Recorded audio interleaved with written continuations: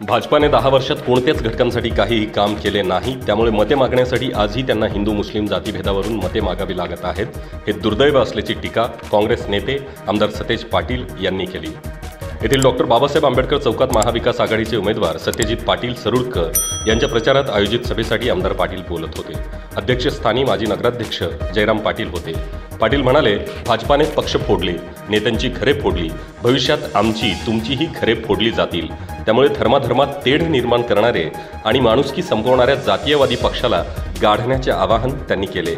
शिवसेना उपनेते संजय पवार यांनी खासदार धैर्यशील माने राजकारणात संपलेला असताना उद्धव ठाकरे यांनी त्यांना पुन्हा जिवंत केले, मात्र जिवंत होताच आमिषाला बळी पडून गद्दारी केल्याचा आरोप त्यांनी केला.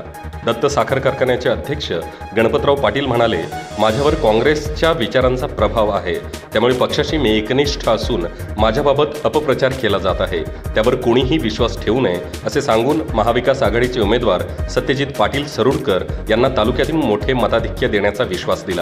यावेळी सत्यजित पाटील सरुडकर, प्रतीक पाटील, माजी आमदार राजीव आवळे यांची भाषणे झाली.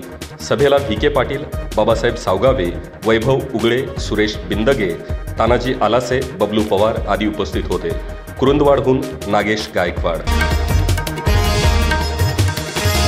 सांगली डिजिटल जमाना, डिजिटल बातम्या.